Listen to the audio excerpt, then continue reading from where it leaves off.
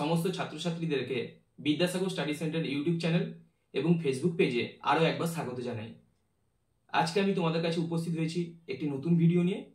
আজকের এই ভিডিওতে থাকছে উচ্চ মাধ্যমিকের ছাত্রছাত্রীদের জন্য যে নতুন এবিটি এর টেস্ট পেপারটি বেরিয়েছে সেই টেস্ট পেপারের ভূগোলের একটি পেজের সমাধান। তোমরা সকলেই জানো আমি দুটো পেজ তোমাদেরকে কমপ্লিট করে দিয়েছি। আজকে আমি 3 নম্বর পেজটি নিয়ে তোমাদের সঙ্গে আলোচনা করব। তাই তোমরা এই ভিডিওটির সঙ্গে জুড়ে থেকো। আশা করছি এই ভিডিওটি তোমাদের অনেক কাজে লাগবে এবং তোমাদের কাছে আমার অনুরোধ, এই ভিডিওটিকে তোমরা তোমাদের বন্ধু বান্ধবীদের সঙ্গে শেয়ার করো যাতে তারাও এই এবিটি এর টেস্ট পেপারটি কমপ্লিট করতে পারে। তার জন্য সহযোগিতার হাত বাড়িয়ে দিও। আজকে আমাদের পেজ নম্বর রয়েছে এসি 108। তার একের দাগে ছিল প্রতিটি প্রশ্নের বিকল্প উত্তরগুলির মধ্য থেকে সঠিক উত্তরটি বেছে প্রদত্ত মূল উত্তরপত্রে লেখো। তার একের দাগে ছিল অবরোহণ ও আরোহণ প্রক্রিয়ার মিলিত ফল হল পর্যায়ন। দুয়ের দাগে ছিল ভূমিরূপ হল ভূগঠন, প্রক্রিয়া ও পর্যায়ের ফলশ্রুতি। এই ধারণাটি কে প্রবর্তন করেন? এর উত্তর হবে WM ডেভিস। তিনের দাগে ছিল ছোটনাগপুর মালভূমি অঞ্চলে যে ধরনের জলনির্গম প্রণালী অধিক সংখ্যায় গড়ে ওঠে তা হল বৃক্ষরূপী। চারের দাগে ছিল শ্রীলঙ্কায় যে ফসলটি লিভিং ফার্মেসি নামে পরিচিত তা হল ডাব। পাঁচের দাগে ছিল একটি মনুষ্যসৃষ্ট বিপর্যয়ের উদাহরণ হল ভূপাল গ্যাস বিপর্যয়। ছয়ের দাগে ছিল অর্থনৈতিক উন্নয়নের একটি প্রধান সূচক হল মোট আভ্যন্তরীণ উৎপাদন। সাতের দাগে ছিল স্থানান্তর কৃষিকে ব্রাজিলে বলা হয় রোকা। আটের দাগে ছিল স্পেডোসল মৃত্তিকার একটি উদাহরণ হল পর্জল। নয়ের দাগে ছিল কনারভেশন শব্দটি প্রথমে ব্যবহার করেন প্যাট্রিক গেডেস। দশের দাগে ছিল নদীর পুনর্জীবন লাভের ফলে গঠিত হয় না এমন একটি ভূমিরূপ হল মোনাডোনক। 11 দাগে ছিল যে বায়ু হ্যাডলি কোষের সঙ্গে বিশেষভাবে সম্পর্কিত তা হল আয়ন বায়ু। 12 দাগে ছিল সংরক্ষণযোগ্য উদ্ভিদ ও প্রাণীদের সংখ্যা যে পুস্তকের মাধ্যমে প্রকাশ করা হয় তা হল রেড ডেটা বুক। 13 দাগে ছিল মরু ক্ষয়চক্রের শেষ সীমা হল ভৌম জলস্তর। পরের কোশ্চেন ছিল ওজোন গ্যাসের ঘনত্ব মাপার একক হল ডপসন। 15 দাগে ছিল জেড বায়ুপ্রবাহ দেখা যায় ঊর্ধ্ব ট্রপোস্ফিয়ারে। এরপরে ছিল ন্যূনতম ব্যয়তত্ত্বে সম পরিবহন ব্যয়রেখাকে বলা হয় আইসোটিম। এর পরের প্রশ্ন ছিল ভারতের নায়াগ্রা জলপ্রপাত যে রাজ্যে অবস্থিত তা হল ছত্তিশগড়। তোমরা ভালো করে মনে রাখবে, ভারতের নায়াগ্রা বলা হয় চিত্রকূট জলপ্রপাতকে। এই জলপ্রপাতটি রয়েছে ছত্তিশগড় রাজ্যে, তাই এটার উত্তর হবে ছত্তিশগড়। পরের প্রশ্ন ছিল বায়োডাইভার্সিটি বা জীববৈচিত্র্য শব্দটি সর্বপ্রথম ব্যবহার করেন ওয়াল্টার রোজেন। 19 দাগের প্রশ্নটি হল সর্বনিম্ন প্রশাসনিক একক হল মৌজা। 20 দাগে ছিল ভারত জনবিবর্তন তত্ত্বের যে পর্যায়ে অবস্থিত তা হল তৃতীয় পর্যায়। এবং এই পেজের শেষ প্রশ্নটি ছিল, অর্থাৎ MCQর শেষ প্রশ্নটি ছিল প্রাথমিক অর্থনৈতিক ক্রিয়াকলাপের সঙ্গে যুক্ত কর্মীদের বলা হয় লাল পোশাকের কর্মী। এরপর আমি চলে যাব 2 দাগে। 2 দাগের প্রথম প্রশ্নটি ছিল উৎসান্দ জল বলতে কী বোঝো? এর উত্তরটি তোমরা লিখবে অগ্নুদ্গমের সময় কিছু খনিজ মিশ্রিত জল বের হয়, একে উৎসান্দ জল, ম্যাগমাটিক জল বা জুভেনাইল জল বলে।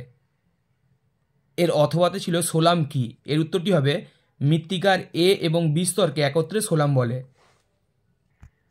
2 দাগে ছিল কাকে 10 সহস্র ধূম উপত্যকা বলে? এটির উত্তর হবে আলাস্কার কাটমাই উপত্যকাকে। এর অথবাতে ছিল ফেজ কাকে বলে? এর উত্তরটি হবে উন্মুক্ত সমুদ্রপৃষ্ঠের উপর দিয়ে বায়ু বাধাহীনভাবে যে দূরত্ব অতিক্রম করে তাকে সমুদ্রের ফেজ বলে। এরপর 3 দাগে ছিল মৃত্তিকার ক্যাটেনা কাকে বলে? এর উত্তর হবে একই ধরনের ভূপ্রকৃতি ও জলবায়ু অঞ্চলে ভূমির ঢাল বরাবর ভিন্ন ভিন্ন মৃত্তিকা সৃষ্টি হয়। এই ভিন্ন ভিন্ন মৃত্তিকার সুসজ্জিতকরণকে মৃত্তিকার ক্যাটেনা বলে। তারপরে 4 দাগে ছিল অনুগামী নদীর সংজ্ঞা দাও। এর উত্তর হবে ভূমির প্রাথমিক বা প্রারম্ভিক ঢাল অনুসারে যে নদী প্রবাহিত হয় তাকে অনুগামী নদী বলে। এর অথবাতে ছিল নদীর পুনর্জীবন লাভের সংজ্ঞা দাও। এর উত্তরটি তোমরা লিখবে ভূমির ঢালের পরিবর্তনের সাপেক্ষে কোনো নদী পুনরায় ক্ষয় করার ক্ষমতা ফিরে পেলে তখন তাকে পুনর্জীবন লাভ বলে। অর্থাৎ কি, নদী তার নিম্নক্ষয়ের যদি ক্ষমতা পুনরায় ফিরে পায় তখন তাকে পুনর্জীবন লাভ বলবো। এরপর ছিল দেখো 5-এর দাগে মোনেক্স কি। এর উত্তরটি হবে মৌসুমী বায়ুর গবেষণা সংক্রান্ত কর্মসূচিকে এক কথায় মোনেক্স বলে। এই মোনেক্সের পুরো নাম হচ্ছে যে মনসুন এক্সপেরিমেন্ট। এটাও তোমরা একসাথে লিখে রাখতে পারো যে মোনেক্স কথার অর্থ হলো মনসুন এক্সপেরিমেন্ট। এর অথবাতে ছিল ঘূর্ণবাতের চক্ষু কাকে বলে। এর উত্তর হবে ক্রান্তীয় ঘূর্ণবাতের কেন্দ্র বিশিষ্ট স্থানকে ঘূর্ণবাতের চক্ষু বলে। তারপর আমি চলে যাচ্ছি 6-এর দাগে লিথোফাইট উদ্ভিদ কি। এর উত্তরটি তোমরা লিখবে শিলাগাত্রে জন্মানো উদ্ভিদকে লিথোফাইট বলে, যেমন কয়েক প্রজাতির বন্য গোলাপ। তারপর 7-এর দাগে ছিল একটি আলোকপ্রেমী এবং একটি আলোক বিদ্বেষী উদ্ভিদের নাম লেখো। আমি দুটো করে দিয়েছি, দেখো আলোকপ্রেমী উদ্ভিদ লিখছি সূর্যমুখী, জবা, আর আলোক বিদ্বেষী লিখেছি পান এবং অর্কিড। পরের প্রশ্ন ছিল গামা বৈচিত্র্য কাকে বলে। এর উত্তরটি লিখবে যে কোনো বৃহদায়তন ভৌগোলিক অঞ্চলের মধ্যে পরিবেশ কমাতে লিখবে প্রাকৃতিক বাসভূমি ও গোষ্ঠীগত বিভিন্নতার জন্য উদ্ভূত জীববৈচিত্র্যকে গামা বৈচিত্র্য বলে। তার অথবাতে ছিল বাস্তুতান্ত্রিক বাস্তুহারা কি। এর উত্তরটি লিখবে স্থানীয় পরিবেশের হঠাৎ বা দীর্ঘমেয়াদী পরিবর্তনের কারণে কোনো প্রজাতি বা প্রাণী যদি তাদের বাস্তুতন্ত্র ছেড়ে যেতে বাধ্য হয় তখন তাকে বাস্তুতান্ত্রিক বাস্তুহারা বলে। এর পরের প্রশ্ন ছিল হরপাবান কি। এর উত্তরটি হবে উচ্চ পার্বত্য অঞ্চলে অত্যাধিক বৃষ্টিপাতের ফলে হঠাৎ বন্যার সৃষ্টি হলে তাকে হরপাবান বলে। তার পরের প্রশ্ন ছিল দেখো মিশ্র কৃষি বলতে কী বোঝো।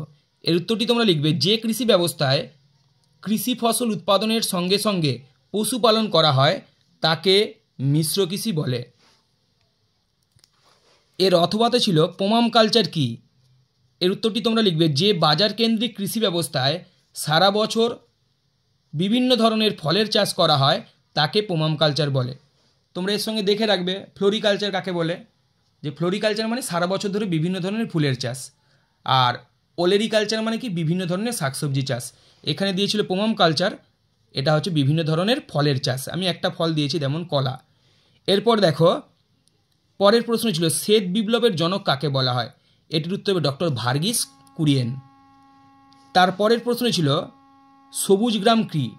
এটির উত্তর হবে বনভূমির মধ্যে কোনো ফাঁকা স্থানে গড়ে ওঠা ক্ষুদ্রাকার গ্রাম বসতিকেই সবুজ গ্রাম বলা হয়। এর পরের প্রশ্ন ছিল দেখো হীরক চতুর্ভুজ কি। এর উত্তর হবে কলকাতা, চেন্নাই, দিল্লি ও মুম্বাই এই 4টি মহানগরকে যে দ্রুত গতির রেল পরিবহনের মাধ্যমে যুক্ত করার পরিকল্পনা গ্রহণ করা হয় তাকেই হীরক চতুর্ভুজ বলে। এবং এই স্কুলের শেষ প্রশ্নটি ছিল ভারতের পরিকল্পনা অঞ্চলের জনক কাকে বলা হয়। এর উত্তর হবে কে.এস. রামচন্দ্রন। ভিডিওটি সম্পূর্ণ দেখার জন্য তোমাদেরকে অসংখ্য ধন্যবাদ জানাই।